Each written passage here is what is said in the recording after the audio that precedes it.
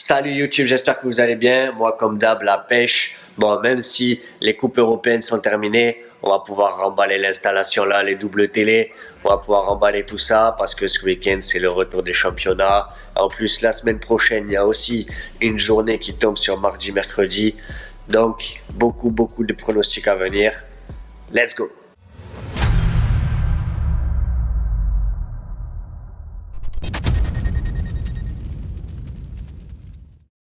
Comme d'habitude, l'équipe, 1. On like la vidéo pour donner la force. 2. On s'abonne à la chaîne pour plus rien manquer. Parce que si tu regardes cette vidéo, ça veut dire que tu kiffes les paris sportifs.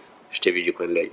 D'ailleurs, en parlant de s'abonner à la vidéo, on va faire un petit jeu pour ce week-end. Actuellement, quand je tourne la vidéo, on est à 341 abonnés. Si on passe la barre des 400 ce week-end, lundi, je vous fais une vidéo et je vous donne un pronostic du club privé que j'ai déjà repéré et que je vais envoyer lundi matin pour la prochaine journée de Ligue des Champions.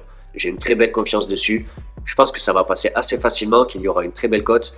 Donc si vous le voulez, si vous voulez croquer avec nous sur les buteurs, vous savez ce qu'il vous reste à faire. 400 abonnés et on partage la vidéo à ses potes. Allez, c'est parti. Je vous balance mes 5 pronostics Ligue 1 pour ce week-end. On va commencer avec le premier match, direction le multi-Ligue 1 du samedi soir sur le match Metz-Amiens. Donc là, la victoire de Metz, elle est cotée à 2.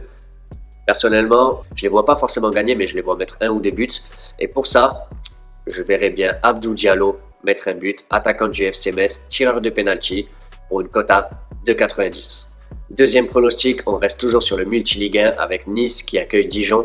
Là, personnellement, je vois une victoire des Niçois. La cote, elle est à 1,70. Je la trouve assez sympa. Personnellement, j'aurais plus jugé autour des 1,50 quand on sait que Dijon, c'est très faible.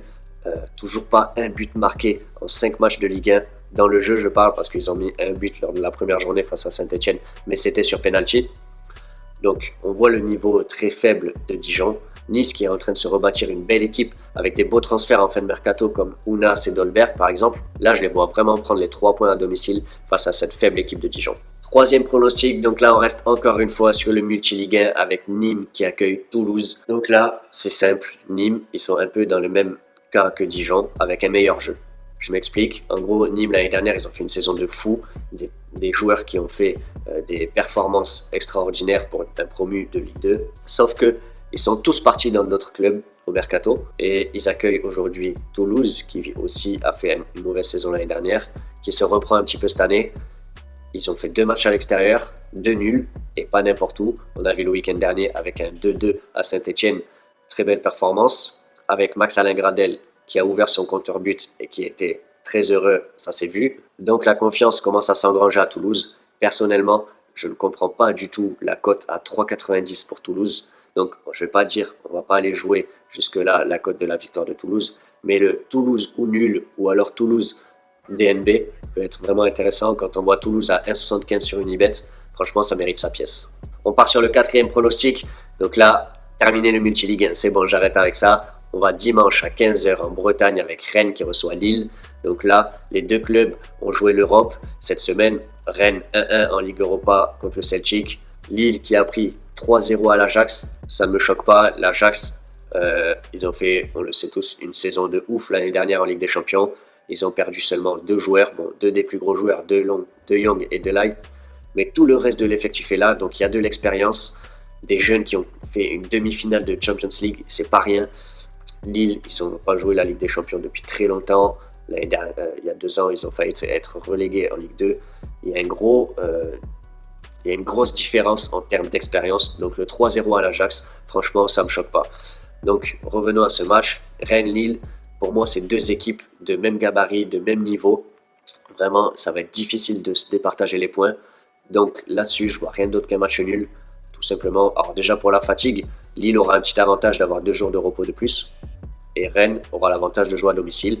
Donc ça s'équilibre un peu dans la balance. Lille est sur 3 défaites consécutives. Il va falloir stopper l'hémorragie rapidement, surtout face à Rennes qui va être un concurrent direct en fin de saison. Je pense qu'ils vont jouer à peu près les mêmes places. Si on regarde l'historique, Lille a du mal à se déplacer à Rennes. Dernière victoire en date, c'était en 2010 en Ligue 1. Donc là, je pense vraiment que le match nul est un très bon pronostic sur ce match-là. 5e et dernier pronostic. Donc là, on va directement sur le gros choc de la Ligue 1, Lyon qui accueille le PSG. Alors je vous dis direct, on va jouer la victoire du PSG à 1,85. Mais attention, on ne joue pas la victoire du PSG parce qu'ils ont gagné le Real. Non. J'ai vu dans ce match-là des choses qui m'ont beaucoup plu. Lyon, c'est un concurrent direct au PSG pour le championnat. Je pense que Paris va vouloir taper un grand coup. Il va falloir remettre les choses dans l'ordre. Alors, on va regarder tout ça ensemble. Donc, premièrement, Lyon qui reste sur 3 matchs nuls, une défaite.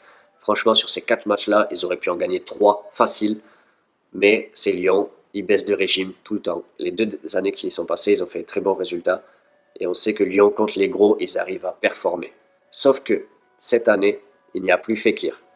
Et Fekir, contre les grosses équipes, on sait la qualité de passe qu'il avait, les coups francs, rappelez-vous le coup franc qu'il a mis à Areola en tout début de match il y a 2 ans, ça peut faire la différence sur le terrain. Maintenant, on se dirige sur le PSG. Il y a eu beaucoup de changements au PSG cette année, on l'a vu. Donc là, ils viennent de claquer un 3-0 au Real. C'est pas un score qui me surprend tant que ça, franchement. Mais ce que j'ai beaucoup aimé dans ce match-là, c'est Paris a enfin trouvé un milieu de terrain digne du PSG, Idrissa Gueye. On a vu la prestation qu'il a faite. Pour connaître un petit peu ce joueur, moi qui suis beaucoup la Première Ligue, je vous garantis, c'est pas le genre de joueur qui fait ça sur un seul match. Le gars, il fait ça à tous les matchs, tout le temps, tout le temps, tout le temps, tout le temps comme ça. Alors avec Verratti au milieu, ça va être une paire monstrueuse.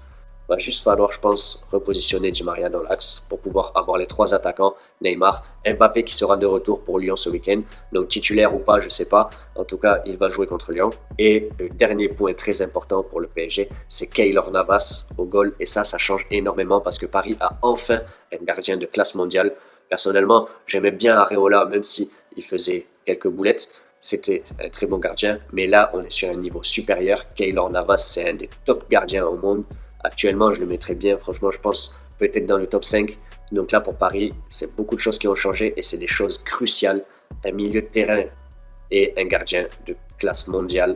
Ça, c'est vraiment des arguments béton. Paris a les moyens de faire une très grande saison cette année. À voir. En tout cas, pour l'instant, on ne parle pas de leur saison. On parle du match à Lyon. Et je pense que sur ce match-là, ils vont prendre les 3 points. Cote à 1,85 du PSG, c'est une belle cote. Un petit dernier conseil avant de se quitter. Je pense que sur ce week-end de Ligue 1, il ne faut pas envoyer de grosses mises. Il y a des belles cotes, mais c'est beaucoup de petites confiances. Gardez votre argent à l'abri encore parce que cette semaine, il y a encore de la Ligue 1. Les matchs ils vont s'enchaîner sur le mois de septembre. Donc, soyez patients, l'argent va rentrer et jouez intelligemment. Sur ce YouTube, je vous mets le lien de Instagram pour ceux qui veulent en savoir plus sur nous, suivre nos stories, les pronostics, les aventures du club privé, etc., etc. Pour le reste, on pense à s'abonner à la chaîne, un petit like sur la vidéo pour donner la force, et ciao YouTube! Call her how it is. Hendrix.